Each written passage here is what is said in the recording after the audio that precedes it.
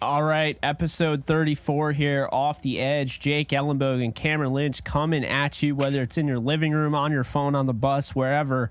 We are here, and we are going to provide you, to our best of our ability, the NFC South preview, because we are getting closer to the 2023 season. We want to make sure you guys have all the previews. We did the NFC West, the AFC West. We did the NFC East and the AFC East. We just did the AFC South in our last week's show.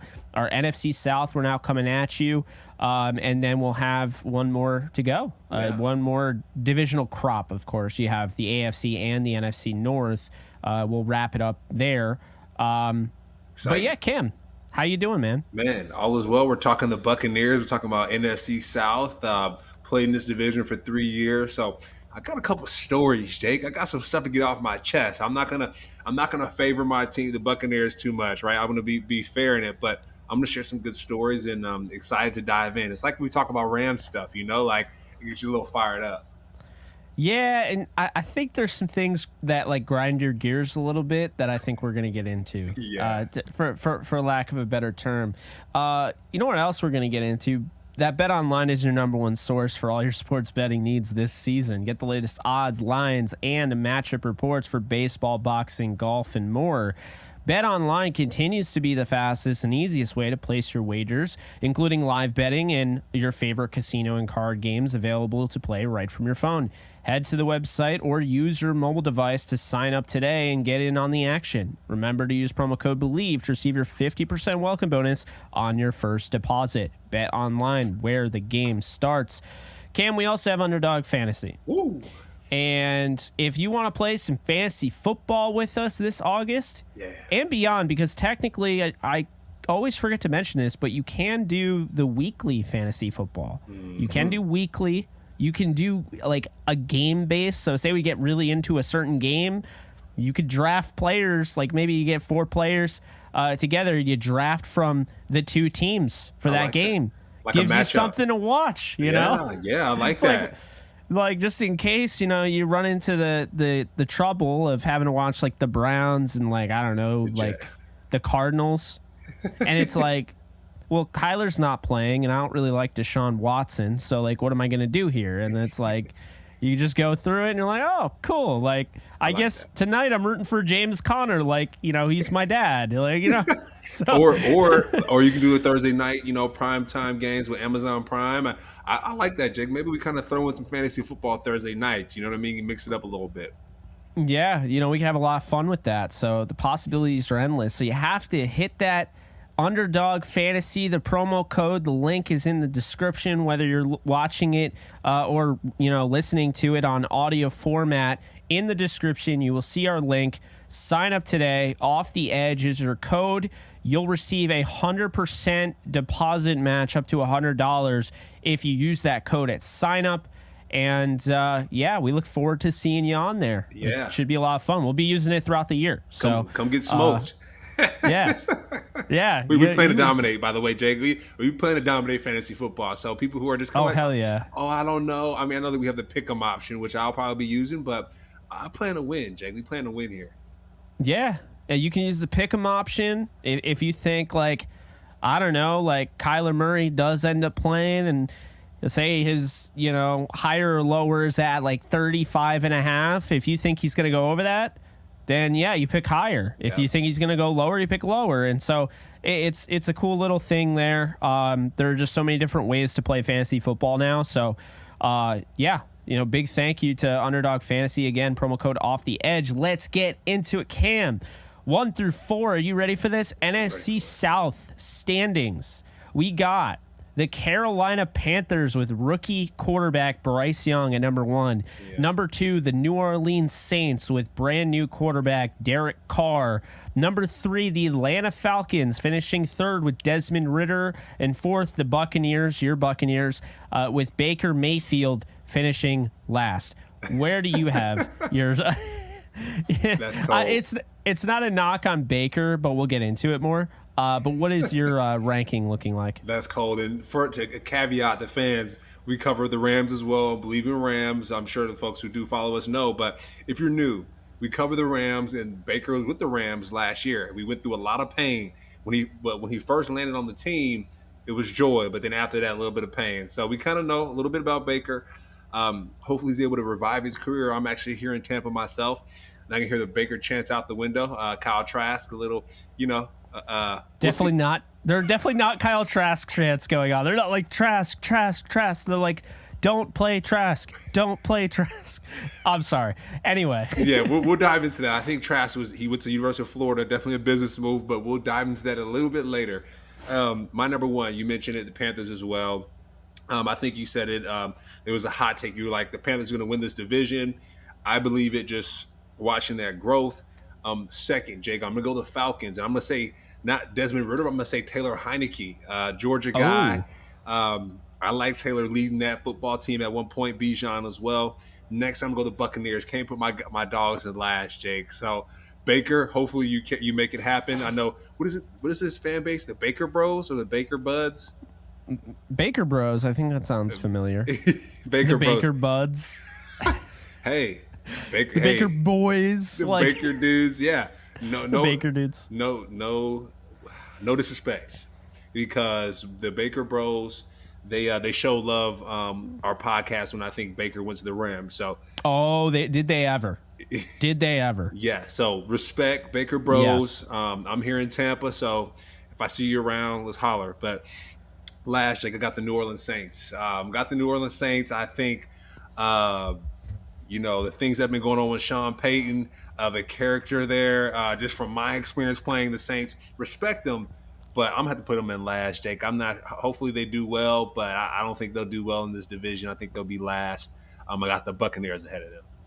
All right, so we disagree on the Saints, but let's start with the Bucs. I got them in fourth. You got them in third?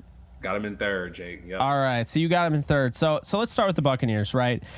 Offense, there's still the weapons left over from the Tom Brady era. You still have Mike Evans. You still have Chris Godwin. These are guys that you practiced around. You know what they can be.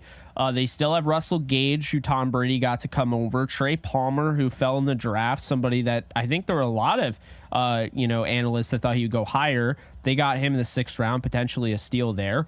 Kurt Warner's son, Cade Warner, is in that, UDFA. Rakim Jarrett. I really liked him out of Maryland, so he's a name to look out for. You got at tight end, Cade Otton, rookie last year, played a decent amount. Payne Durham, and then you have your running backs, which you know very well because Sean Tucker is in that crop. A guy who, he kind of got snubbed throughout the process because of the injury. Yeah.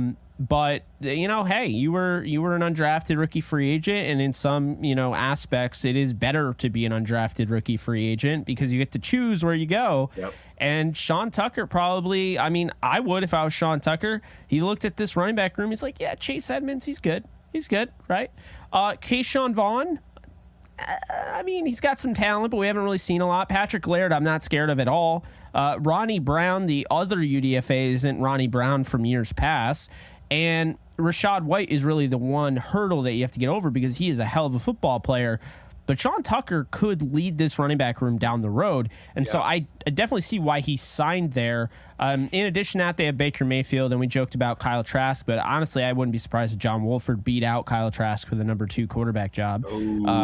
I didn't like Kyle Trask coming out of college. I just didn't see it, and he was a 2nd rounder. But hey, he might end up being something. One thing I got to say, though, Cam, is that if we're going with sleepers, I got to go with my top 10 safety that no one is talking about nearly enough. Ryan Neal, who signed with them in the offseason. He made his presence known in Seattle when Jamal Adams came, down with an injury, and they really needed somebody to step up. Ryan Neal stepped right in. He's going to be playing alongside Antoine Winfield. He'll be playing with Zion McCollum, who I'm very excited about. 5th rounder they drafted, out of I totally butchered the college there. But anyway, his brother also was there too, Tristan McCollum, Sam Houston State, I Bleav. So, I really like Zion McCollum. I'm excited about his season. I think he's going to play in the slot. I also am very excited about Jamel Dean, who, he signed long-term. He's one of the best tackling corners in the league, but I mean, he was in my honorable mention to be in that top 10. And then you have Carlton Davis, who you and I have talked at length about. Very, very good corner. You've been around a lot of these guys, so you know hands-on. You talk about Shaq Barrett, who's ready to get back out there, after what has been an awful offseason for him, losing his child, which, prayers out to him and his family. But, a down year last year, and I think he's really just ready to get back to football, game back to where he was when they signed him to that deal. Still a hell of a football player. You have Levante David. Obviously, I don't have to tell you about him. He's one of the best linebackers in all of football. Devin White, I don't know what the deal is there. I thought he would have already been traded. Maybe they're just going to, roll with him. And then you have Joe Tryon-Shoyinka, who is always, interesting, coming off that line of scrimmage. Kalijah Cansey, who they went out and added with Vita Vea and Greg Gaines. This is not a horrible team. The offensive line is going to give Baker some time. They got Filer, they got Jensen, Cody Malk, who I love Cody Malk. Luke. Shout out to the Redheads. Yeah, it's like Luke Godke, and then of course Tristan Wirfs, who's one of the best tackles in all of football. It's not a bad roster. It's not. I just think that it really comes down to Baker Mayfield, and even if Baker's solid, like, how good is this team really going to be? So I had them in fourth, Cam. I might be disrespecting them a little bit, but I also think the problem is, like, the NFC South, to me, I look at the Panthers division and everyone else. So I can't stress enough, when I have the Buccaneers at 4, the Falcons at 3, and the Saints at 2, I mean, that could be like a game apart from each other. That is going to be a dogfight. So that's what I have. I like it. I think it will be a dogfight, Jake. As you know, each game is won by 3 or so points. So I think when it comes to the Buccaneers, they're going to have to win games on special teams, Jake. The offense is going to do okay. The defense is going to have to really push this team forward. But on special teams, Jake, all the extra points, all the field goals, we know Robert Aguayo, when he was at the Buccaneers, field goal nightmare. And so let's kind of get past that. Let's make sure our special teams are clicking on all cylinders here. For the Buccaneers. And like you mentioned, just the quarterback position, I do feel, just being in this area, this space, I never liked a quarterback competition going to the season, Jay, because it's like, who's our quarterback? Then it's like, okay, what's our identity? And then, there's a lot of questions to ask. So I would like them to figure that out, I think, sooner than later. I know we're going to have some preseason games, but let's just go with Baker. Let's just call it a day. Baker, you lead this team. Just kind of hearing some of the reports from Chris Godwin and different people like that. They're like, Baker has the juice. He has the confidence. He has everything that you need. And Kyle is more chill, more, he's more laid back. I think Baker just throws too many interceptions in practice. But I think Baker needs to go ahead and take this team, run with it, the Baker Bros, and go ahead and ball out. Former number 1 overall pick, he's going to have to show that. The Buccaneers are used to having number 1 overall picks. With Jameis scored a lot of touchdowns, we threw a lot of interceptions. So hopefully, how things go with Baker, hopefully it's a little bit different. I'm praying on it, Jake. I'm praying on it. But the Buccaneers, like I said, I got them going 3rd in the division. I got the Saints in 4th. You think about the defense, you think about Levante David, I think Devin White, and you talk about people who are going to emerge this year, reemerge, I would say, Devin White and Shaq Barrett. I'm gonna need those guys to step back up. And Shaq Barrett, how many sacks did he have? 1 year, maybe like 18 or something crazy like that. Like, he was leading the league in sacks. He had a crazy amount of sacks. So I want him to reemerge. I want Devin White. You think about that Super Bowl year. I mean, at one point I was like, wait, is he better than Levante? But then I was like, hold on, let me pump the brakes here. The reason why he's so good is because of Levante, so let's not get ahead of ourselves. But he was playing like he was the best linebacker in the league. Todd Bowles was like, yeah, this guy's the best tackler that I've seen. And it's a caveat. Let's keep it 100. Levante David is. But I want to see Devin White get back up to that. I know Kalijah Cansey, Jake, we talk about his ability. We talked about like the Aaron Donald thing. We don't want to compare, but he's a beast. I know he hurt his calf in practice. Out here in Tampa, Jake, it's about 96. So cramps, muscle contusions, I know that's going to happen a lot. But the Buccaneers, come on with it. We got to get over the Saints. The Buccaneers have to get over the Saints. That's why I have them at number 3. But they're going to have to figure out their quarterback situation, Jake, going into the season. I never liked it, and hopefully they figure that out beforehand. So do we want to do the Falcons or the Saints next? Do you have them last? I have the Falcons third. You have them second. How do you want to do this? Let's go this. Let's get over with the Saints. Let's just. He's so done. The Saints fans are going to hate us. I have no issue against the Saints. I have an issue with Sean Payton, which we hashed over in that previous episode. Like, I think he's a slime ball. I'll say it again in case anyone didn't hear me. Think he's a slime ball. But I understand he's like royalty for Saints fans, so not trying to do anything there. Dennis Allen, I do like, by the way. I have respect for Dennis Allen. Mm-hmm. And I like what the Saints did. First off, I thought going out and getting Breesy and Foskey for that defense, adding more to that defense, getting Saldiveri in the trenches there. A.T. Perry in the 6th round was just an awesome pickup, in my opinion, one of the best wide receivers in the class. And I love that they went out and got Derek Carr, because I think Derek Carr, with some weapons, some protection, a defense, getting out of Vegas with that Raiders organization, I think it's really going to help him out. And I think that's what they've been missing. Now, the problem is, see, I had the Saints too, and you have them last. Like, I look at the Saints and I'm like, Chris Olave can help you all over the top. He's turning into one of the young rising star wide receivers in the league. Michael Thomas, I mean, as long as he plays, we know what he can do. That 2019 season, he had like 100 something catch. I mean, he was insane. Yeah. Rashid Shaheed, excuse me, is somebody that I think is you have to look out for him. Can play in the slot, can test the deep ball as well. So you have two field stretchers in him and Olave. You have A.T. Perry, who I really like. They got Brian Edwards. They got Traquan Smith, James Washington. So they got some guys there. Keith Kirkwood as well, who they like. To me, I'm looking at this right now, as well as Kawan Baker, 7th rounder from 2021. I'm looking at this right now as, when you look at Chris Olave, if he continues to take those steps forward into being an elite receiver, and Michael Thomas, you get like everything you're expecting out of him, on top of the fact that you have Alvin Kamara whenever he is able to play, Kendre Miller, who you and I liked coming out of the draft. They got Benjamin. They got Jamal Williams, who lived in the end zone last year. It's pretty much all he did. Yeah. He just plowed his way in the end zone. That's a lot for Derek Carr. Yeah. And then you have the defense, Cam, where you're talking about a Colin Saunders, Nathan Shepard, Carl Granderson. You go out and you add Tano Passanio. You have Cameron Jordan. So they got bodies in the interior. You got Pete Werner. You got Demario Davis, who we've talked about at length. Just a fantastic linebacker, has only gotten better with age. Zach Bond, you might have forgotten about him. Really important 3rd round pick in the 2020 class.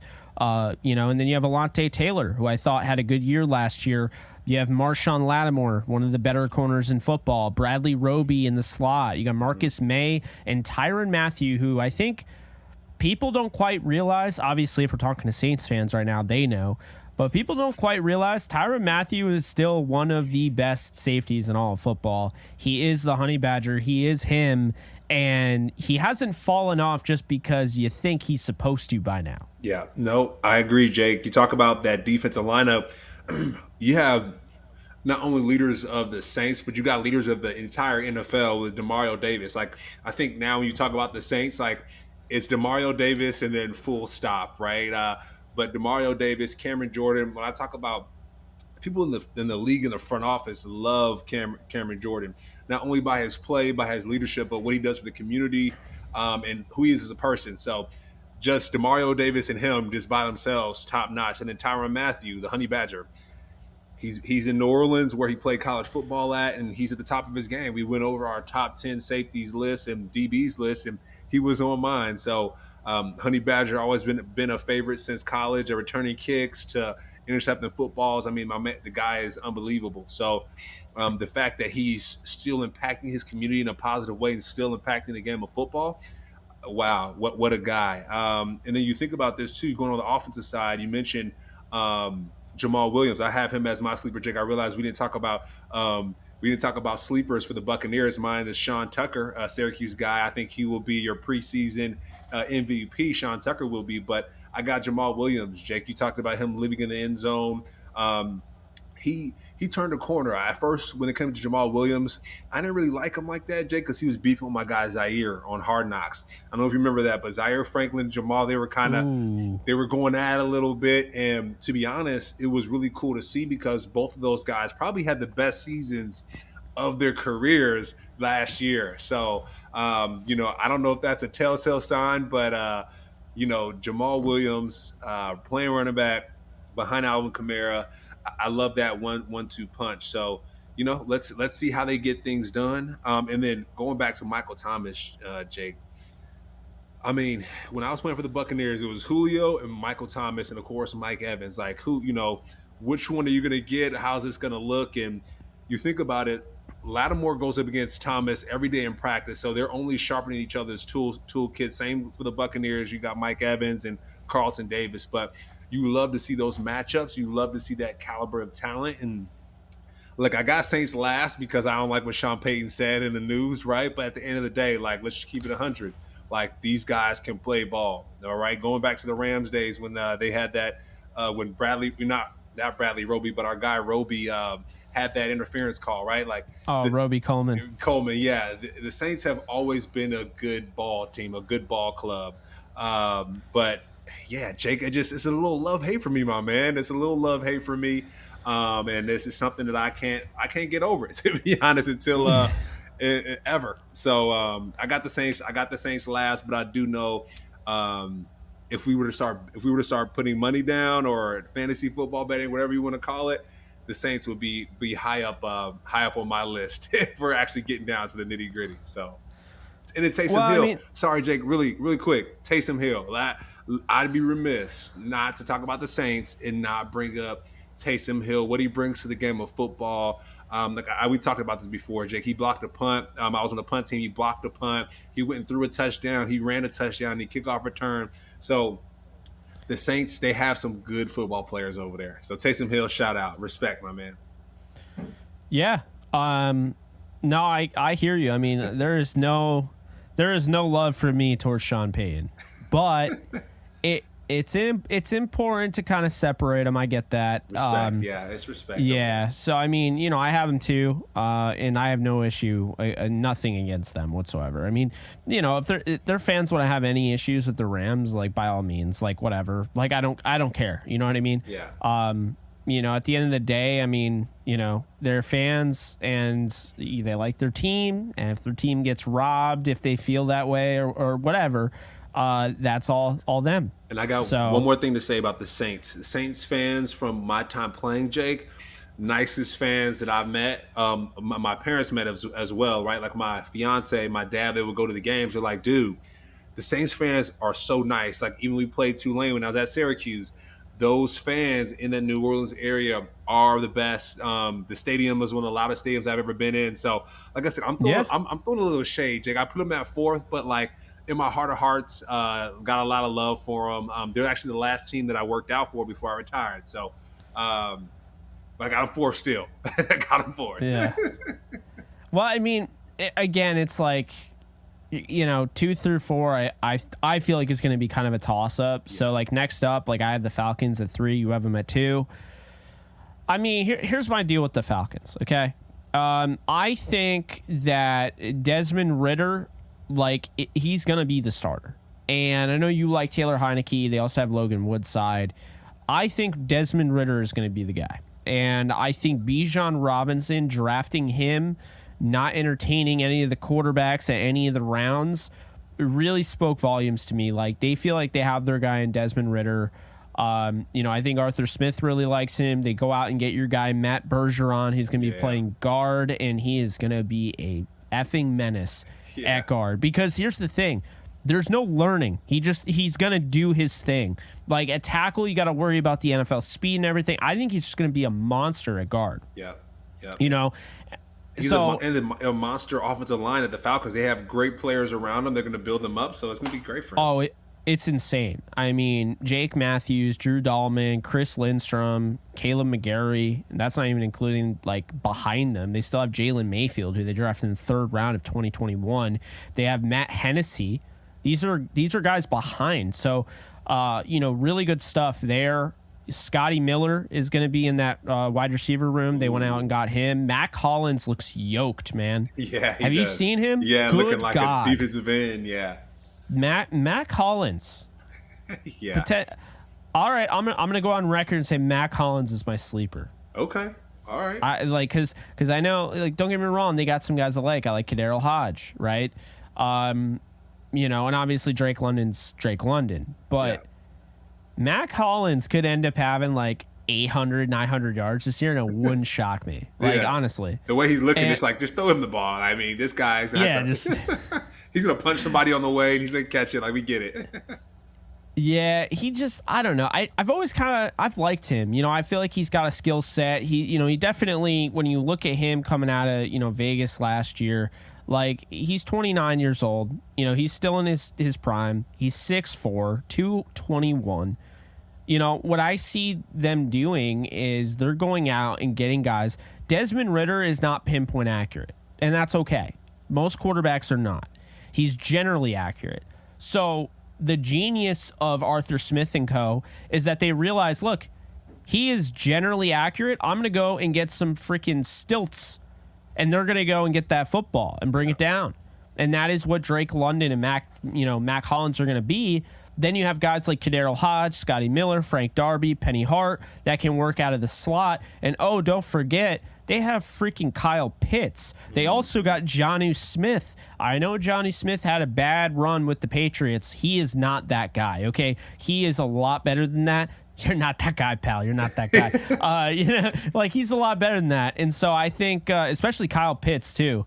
And so I think having those two as a tandem, I think we're going to see more this year, Cam. I think you've talked about it. I've mentioned it. We're going to see more 12 personnel groupings. Yeah. And I think we're going to see those two tight end sets with Jonnu and Kyle Pitts. And don't get me wrong, they can put Kyle Pitts in the slot. They can put him out wide. Kyle Pitts is him, okay? He had a bad year last year, down year, whatever. He's still my guy. I still believe in Kyle Pitts. He had 1,000 yards at the hardest position in the NFL to play as a rookie. Brutal. And they're not running the ball to Kyle Pitts. So if you're on the defense playing the Falcons, just know that they're running the ball away from Kyle Pitts. They're going to be passing the ball where Kyle Pitts is. So that's just defense 101 because he's that damn good.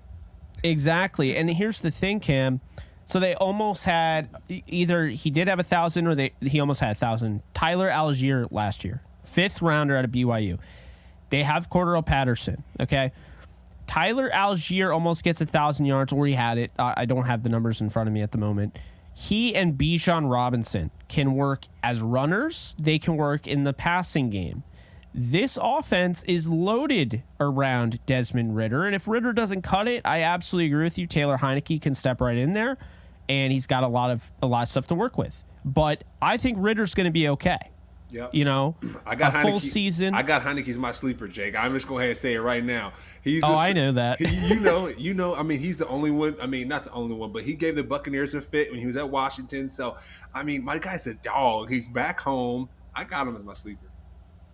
And then their defense, Cam. Yeah. They go out. You mentioned Calais Campbell earlier. Off air, we were talking about something else. Yeah. Calais Campbell, they go out and get him. David Onyemata, Grady Jarrett is still a stud. Bud Dupree, I loved that pickup. Yeah, that's like that should be a sleeper in itself. Like, wait, y'all got Bud over there? Bud Dupree? Like, that's next level. Yeah, I mean, it wasn't that long ago where we're like, Bud Dupree is one of the best pass rushers in the league. He's like, among the league leaders in sacks, and then he had kind of a down year after leaving the Steelers, and I don't know. And then they go out and they get Zach Harrison out of Ohio State, 3rd round this past year, right? Mm-hmm. And then you look at it and you're like, okay, Caden Ellis coming off. Dude, Caden Ellis' season with the New Orleans Saints is not talked about. That is a hell of a pickup. I'm actually going to change Mac Hollins to Caden Ellis. Okay. Because Mac Hollins, Mac Hollins is yoked, and that's all I keep seeing. So I don't know how much of a sleeper he's going to be. By the time the season starts, people are just going to think he's Captain America. Yeah. But Caden Ellis is somebody, like, if you didn't watch his tape last year, he's a very good linebacker. Who's probably going to be playing on the weak side. really like what they have there because with the Falcons, it's like they have Kaden Ellis, who they got from their rival Saints, who we just talked about. Michael Walker can kind of do it all. He's really intriguing. We saw it. I think he had an interception in the Rams game last year. And then, Lorenzo Carter and Troy Anderson, a second rounder out of Montana State. I love their linebacker room, Cam. You're a linebacker yourself. I'm sure you like it as well. Mm-hmm. They also have, D'Angelo Malone, a guy I loved coming out of, Western Kentucky. And then they have Arnold Ebiketie, who was a second rounder in 2022. We haven't even talked about the secondary. And the secondary got a lot better, Cam. Jeff Okudah, another team's trash, is another team's treasure. Let me just tell you right now. I don't think Jeff Okudah is trash, Cam. I don't. A.J. Terrell, a little bit of a down year last year, still a stud corner. You look at Richie Grant. And, a second rounder in 2021. Jalen Hawkins is a guy I really liked out of Cal. And then Jesse Bates. They went out and signed Jesse Bates, Cam. That was a big marquee signing. This Falcons team has talent all over the damn place. And what's most important here is that in the trenches, the inside out, they're built. Built for tough. They're built for tough. Built for tough. Did you have the Falcons at second or third? Which one did you have them at? I had them at third. The Saints I had at second. Okay. But I would very much consider switching. Oh, okay. Maybe we can convince you here, Jake. I think the way Bijan Robinson is mixing people up in practice, I know this is training camp. I know I'm getting a little ahead of myself, getting a little excited about this stuff, but it's not just you, man. He's going top 5 in fantasy drafts. Top 5. Top 5. I mean, imagine, and then you think about Cordell. You mentioned Cordell Patterson right behind him. I mean, Patterson was like a wide receiver. He was a kick returner, and now they got him at run. I mean, Jake, running back. He's doing everything on the offense. And I think they have an elite backfield in those two. And then we talked about the tight end position. We talked about the wide receiver position. I think these quarterbacks can have some options to throw to the offensive line. And we talked about the offensive line, Jake. We ranked the offensive lines, and I think the Falcons were maybe like top 6, top 7, or top 8 and especially in the run game. So they added Bergeron, they added Bijan Robinson. They're only going to get better. They're only going to get better and better. So really, it's just like, hey, when you throw the football, catch the football, score some touchdowns, make sure your quarterbacks are healthy. And that's my thing, Jake, is I know I have Heineke as my sleeper, but like I said, I have a feeling is when we're talking about football teams, we need to talk about their backups. We need to show them a little bit more love because, as you know, week 1, week 2, even preseason comes along, and we're finding out who they are anyway. So it's really important to highlight those folks, and I'm going to do it. Taylor Heineke is my sleeper. The Falcons, Jake, they're not going to be number 1, but I feel like they're going to be number 2. Like you said, they're going to be fighting for those positions. 2, 3, and 4 positions are up in the air, but this division overall, I'm not sure how strong it's going to be. I know we've had some other divisional previews. It's an okay division, right? We talked about the Buccaneers a little bit earlier, the Saints. It's like no one we're really, really excited about, but I do think the next team we're going to be talking about, we're going to be excited about them. But Falcons, I got them as number 2. Got them as number 2 in the division. I think I'm going to bump them up to number 2 as well. I think, I'm going to move the Saints down to 3. By the way, Algier did have 1,000 yards last year. There you go. It just got weapons. I mean, it's just insane. I think people are just like, and this is another thing. Desmond Ridder was my number 1 quarterback in that draft. I believed in Desmond Ridder. I still do. And I think the biggest hang up for people with the Falcons is Desmond Ridder. And if that's not a hang up for me, I'm looking at everything they added from, Kaden Ellis and Calais Campbell to Bijan Robinson, Mac Hollins, and just the little, guys here and there. Matt Bergeron in the trenches. I'm going to say the Falcons are number 2. Yeah. I'm going to roll with that. But that means our number 1, our joint number 1, is a team that you and I are very, very excited about because not just from a player standpoint, and we're very excited in that regard. They have Frank Reich, who I already like as a head coach. Yeah. They have Thomas Brown, who that's our OC. From the Rams.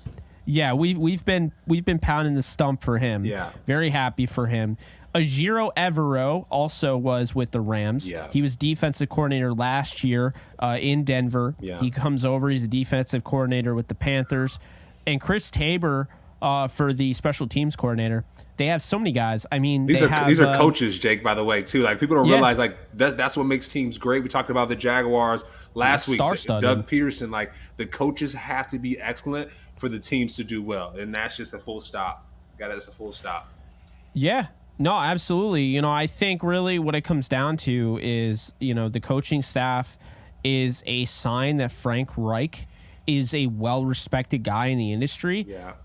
But he's also the right guy. You have guys that are, you know, just buying into him. Thomas Brown, a young gun, a guy who's barely been in the NFL. He was with the Rams for like 3 years after predominantly being in the SEC and, you know, as a position coach. And now here he is buying in. You know, you have Parks Frazier, a younger guy, passing game coordinator. Josh McCown decided, look, I'm going to get into coaching with Frank Reich, you know, and so Deuce Staley is another guy that's been constantly brought up as like a potential down the road. Can he be a head coach? We know what he could do running the football. We watched him run the football, but Deuce Staley is the assistant head coach and running backs coach. Dom Capers, so you go with an old school guy, a guy who's had a lot of experience in this league. He signs on. Jonathan Cooley comes over from the Rams as the secondary cornerbacks coach. D'Angelo Hall, we know what he can do in the NFL. Well, now he's going to come over and he's going to coach. So it's just, there's a bunch of these guys that you feel really good about. Jim Caldwell's another one, senior assistant there. I feel really good about this team and just the coaching staff right off the rip. What Frank Reich has put together, put in place. Coaching, and I said this the other day in my live stream, Cam, coaching matters more in the NFL than it does in the MLB, the NHL, and the NBA. I'll say it over and over again. Head coaches mean more than managers in the MLB, more than coaches in hockey, and more than the head coach in basketball. But position coaches are so important. Coordinators, like, that's the thing. And so if you don't have a coaching staff and you have a lot of players, you don't really have anything, do you? No. You know? You got a lot of players on the field. Staff. You got 22 guys on the field. Like, come on. You got 22 guys. You got 11 guys, on coming from your side of the sideline, and they don't even know what they're doing. Yeah. So SOL. So I love this because the coaching staff who I just rattled off, I mean, it's a pretty marquee coaching staff with a lot of big names. Yeah. So then you look at the offense, and you're like, Bryce Young. But if Bryce Young doesn't work out, they still have Andy Dalton. And I don't love Andy Dalton. As you know, I'm not an Andy Dalton homer, but Andy Dalton is serviceable. And he can win you games if, you have guys like DJ Chark and Adam Thielen, which they do have. Yeah. And I don't think that's being talked about enough. You go out, you get DJ Chark from Detroit in the offseason. You go out and you get Adam Thielen. Thielen is one of the best route runners in all of football. Yeah. And then you have Terrace Marshall, who's a second rounder from 2021 that you don't want to give up on. You're like, you know what? We have better coaches than we did with Matt Rule.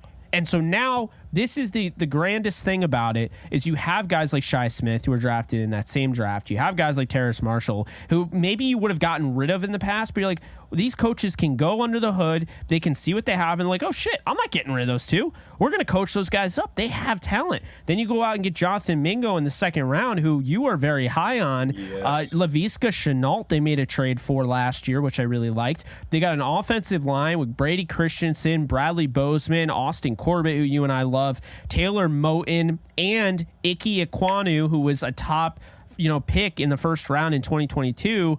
And then they got Bryce Young, but on top of that, in this whole realm that running backs don't matter, well, the Panthers don't look at it that way because while they do have Chuba Hubbard and they did lose Dante Foreman, he went on to the Bears. They went out and they signed Miles Sanders, who just played in the Super Bowl. I don't have to tell you how valuable he is. Yeah. They got Hayden Hurst, who's a veteran, a leader in that tight end room for the younger guys. And then the defense, there's guys all over the place from J.C. Horn, and you have guys like Shaq Thompson in the interior, in the the linebacker room with Frankie Louvu, who's underrated. And then in addition to that, Cam, it's like you got guys like Derek Brown, who are just so underrated in the trenches. You got Yetur Gross-Matos, who hopefully they can get the most out of him with the coaching staff. And then you got Brian frickin' Burns, who, I mean, let's be honest here, Brian Burns, you and I mean, we believe he's one of the best pass rushers in all of football. And then, you go in the secondary, you got Jeremy Chin, you got Von Bell, Xavier Woods, Dante Jackson, and you can't forget, well, as I mentioned previously, J.C. Horn, but you can't forget about C.J. Henderson, who they also went out and traded for. That is twice, by the way, that they traded for two guys from the same team in Jacksonville. And once again, it's another team's trash, it's another team's treasure. And I feel like this coaching staff is going to get the most out of these guys, where in the past, we might move on from him because we have a new regime. New regime, excuse me, new regime. And you talk about, we're really excited about this coaching staff. It's extremely important. You think about Bill Belichick. Think about how many head coaches he's had on his team that were just assistants at the time, right? You listed off all these coaches for the Panthers and Frank Reich. He's going to be developing head coaches. And I do think after this year, maybe 2 to 3 years, we're going to be finding a lot of head coaches coming from this team. Think about the 49ers. Think about how many head coaches come from that team. So I do think if D'Angelo Hall is a head coach one day, you'll say it's because he was on this team as well. But I love that. I think we talked about this on our Bleav in Rams show. The Bleav in Rams, Sean McVay, he is a master of creating great coaches as well. Some of them are on this team as well. But they have to be the foundation for the football team. They have to be the roof for the home of that team, because the players, they can get hurt, but the coaches, they got to show up every day, Jake. And so when you have that next player to step up and play quarterback, if it's Dalton, like I said, we don't want Dalton, but the coaches have to be good enough to play with what they have or use with what they have. So coaches are really important. Jake, I want to talk about my sleeper here a little bit. Hayden Hurst.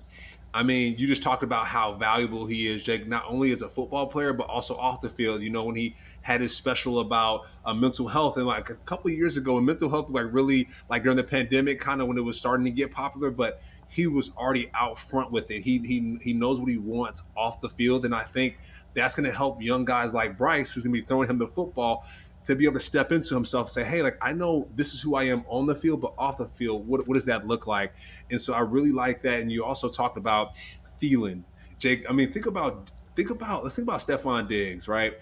Think about how Stephon Diggs, how he's progressed in his career. When he was at the Vikings, guess who was coaching him up every day to be the player he is? It was Thielen. Like, Thielen may not be the type of athlete that Diggs is, because the Diggs brothers, they're insane, but he had to get coached from somewhere, and that's coming from Adam Thielen. So to see Mingo go to the Panthers, he's going to get coached up in a similar fashion. I was just reading something the other day, but it was saying that how Mingo has this skill set that's just intangible, right? No one can really touch it. It's just he has it in his back pocket, and the fact that Thielen is able to craft that's just a blessing. So I'm going to love to see where this Panther team goes, Jake. And in the playoffs, like, how dangerous will they be in the playoffs with this coaching staff? I think they will be. Bryce is going to have to stay healthy. I think that's our biggest thing. We saw a video of Bryce sitting next to his offensive lineman, and he looked like a little kid, which is okay.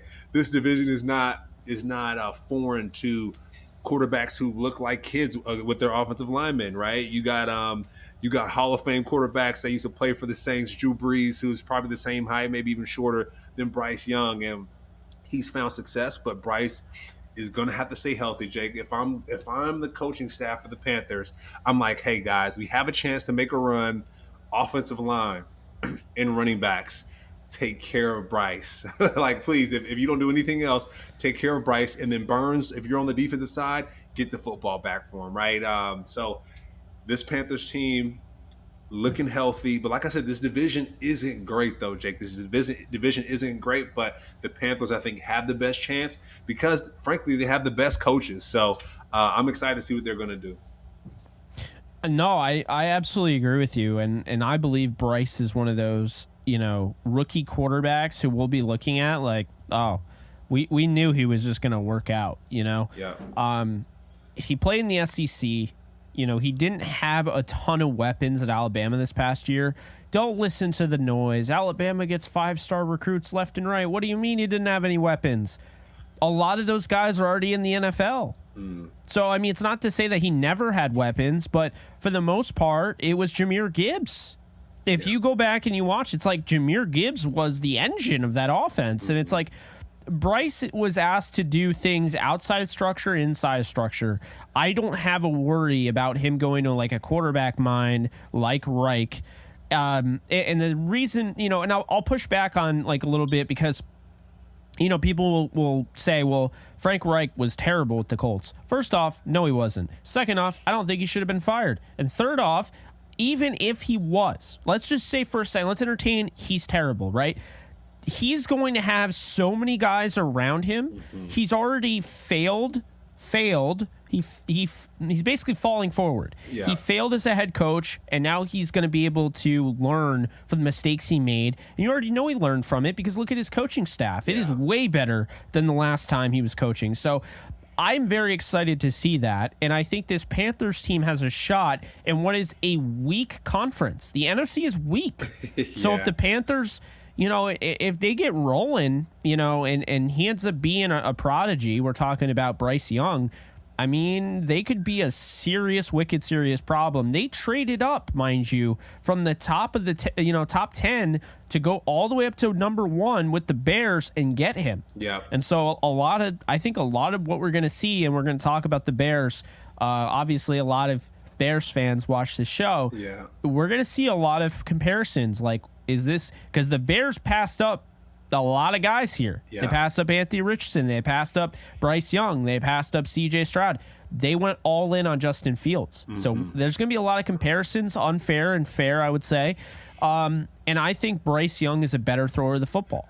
I do. Bryce Young, I'm not going to lie, seeing him at Alabama make plays when his head's about to get snatched off and like score touchdowns is kind of unbelievable. I think what really makes him number 1 overall is his will to win, like his professional manner, the way he steps up to the plate every day. So I do hope, like I said, Jake, I'm just hoping he stays healthy. I don't want to see another Tua situation where you get slammed on your neck. Like that's just what worries me a little bit. But at the end of the day, this is a game of football. Like you said, he's played at Alabama. Unfortunately, he's had to go up against UGA, who has absolute dogs and like Stetson Bennett, right? Like you're seeing him. I'm seeing clips of him, Jake, and he's throwing dimes, he's throwing touchdowns, and he's someone not to be slept on either. So I think if at anything, you play quarterback in the SEC, I know Will Levis would give him some smoke, but you're going to be well off in the NFL. I think you're going to do quite well. Kyle Trask, he's a little bit different story, but I do think Bryce Young, he's going to be all right. He has great backup behind him. And yeah, man, let's see how the chips fall. But at the end of the day, I think the biggest takeaway from this, I think compared to our other previews, is having a great coaching staff. That's the end all be all. You think about the Eagles, you think about some of those other teams, is they just have the best coaches in the room. So that's why I think the Houston Texans are going to be a problem. We talked about that last week, but I think they're going to be a problem because they got DeMeco Ryans up there. I agree with you. I think coaching is everything, but you also have to have the players, and I think the Panthers just have a nice balance. And I think I'm really excited to see those other guys, see if they can develop with this new coaching staff, because they're going to work with them, like I said, and if they don't make the team, they don't make the team. Yep. But they're going to give these guys an ample shot to make the roster, and that's exciting to me. The Panthers are the team, man, like in 3 years, who knows what they'll be. You know what I mean? Like, I really think Bryce Young's going to work out.